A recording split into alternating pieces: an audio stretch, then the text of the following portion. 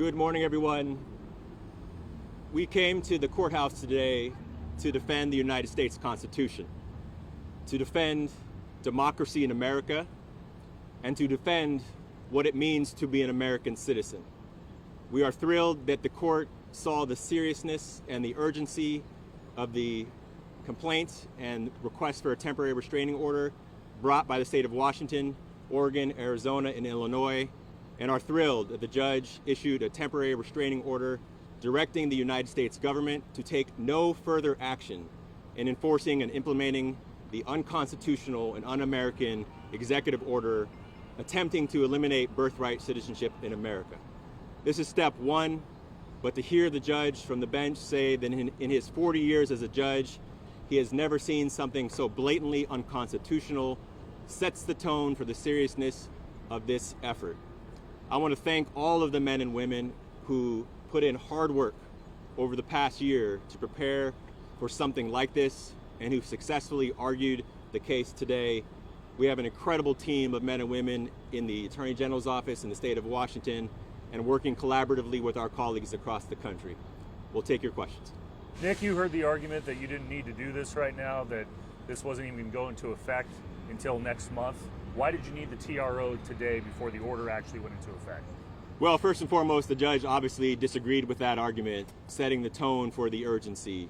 And as our team laid out in court, this order effectively forces states to prepare for the effective date of that order, has an impact now, and more importantly, created a cloud of uncertainty for children being born here and in Seattle, all across Washington, and all across the country.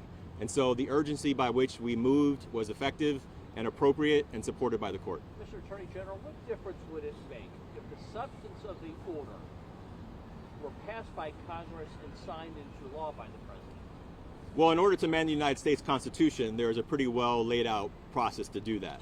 And I think what the order today reinforces is that no one individual, not even the President of the United States, can simply erase what it means to amend the Constitution and the process therein. If Congress wanted to move to take action and the states wanted to ratify something that amended the United States Constitution, they could certainly take that action. But I also think it's important to remind everyone that this amendment to our Constitution was put into effect in the wake of the most infamous United States Supreme Court decision in American history, the Dred Scott decision. It was put into effect to reaffirm what it means to be an American. And so that's why this case was so important, and that's why we had to act now. Is this a nationwide order that you sought and was granted? This is a nationwide order. It essentially directs the United States government to take no further action in implementing the president's unconstitutional order. How old is this? You heard the DOJ in there acknowledge that this is likely going to SCOTUS. Are you confident in your arguments before that court as well? Well, we'll take one step at a time. But I see no reason why a court of appeals or even the United States Supreme Court would reach a different decision that was reached today. The Dred Scott decision, how old of a decision is that? The Dred Scott decision was from, one of my smart, 1860? 57, there we go. What's the next step in all? Well, as we laid out today, so we moved for a temporary restraining order, which has a nationwide impact. The next step will be at a preliminary injunction, which will allow for more thorough briefing. The TRO that was issued today has a 14-day effective date. So for 14 days, the United States government can take no further action implementing or enforcing this order. Well, we will be back in court, as will many other people across the country. Attorney General, can you talk about, because this order would expire before well, according to the government, before the executive order would actually take effect, why was this needed now? What are the immediate harms that are happening today? Well, there are two principally for the states. I mean, the states would have to start working on the potential impact of that effective date now. We can't simply wait for 30 days to prepare for all of the changes that would happen to state government to recreate and re-implement these systems that are having dire financial and administrative impact on the states. But more broadly, this is about people. This is about people who the President of the United States was trying to deny their lawful right to be citizens. And babies are being born today, tomorrow, every day, all across this country. And so we had to act now to provide back to the status quo, back what has been the law of the land for generations, that you are an American citizen if you were born on American soil, period. Nothing that the president can do will change that. Have you ever seen a judge kind of imply that the attorney shouldn't even be making the argument that he's making? Well, I've been in court enough to see a lot of frustrated judges. and I've been in front of Judge Kunar before to see his frustration personally.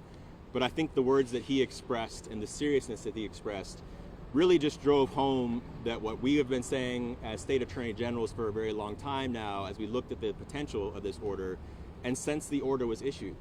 This is fairly obvious. This is fairly simple. This has been expressly determined by the United States Supreme Court, and Congress and multiple executives have looked at it and agreed. And so I was not surprised to see Judge Kunar sort of dismiss the absurdity of the order and the absurdity of the president's action. Attorney General, it's already being made a point online that the judge is a Reagan appointee. Do you make anything of the fact that the judge is a Reagan appointee who made this order today? Well, look, we make our arguments based on the law and the merits and the facts. I try not to concern myself too much with who the judge is or what party was appointed them. But this is a Reagan appointee. He's been a jurist for 4 decades. He has seen arguments made by the Department of Justice many, countless times. So I'm thrilled that he made that decision and not too caught up on his appointing party. Mr. Attorney General, are you coordinating with plaintiffs in other districts? Well, we work collaboratively as state attorney generals across the country. And so I have been in constant communication with my Democratic attorney general colleagues across the United States.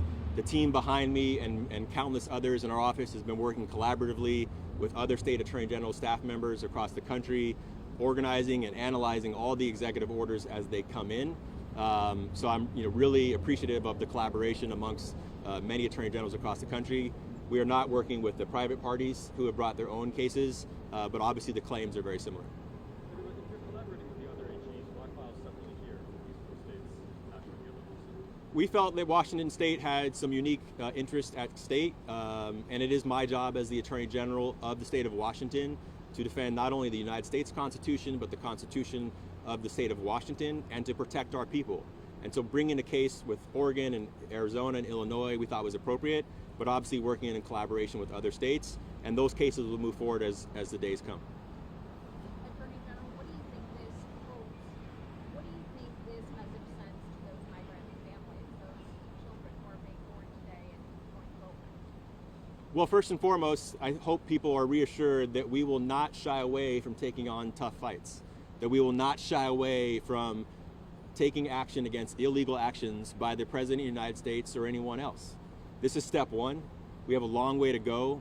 There are many other orders that are being issued by the President that will have potential impacts on people, but we are really relieved, frankly, that at least this court has seen the blatant unconstitutional action of this president, and now we're back to the status quo. We're back to the rule that has been the law of this land now for generations, that you are an American if you were born in the United States. Thank you very much, everyone. Thank you, sir.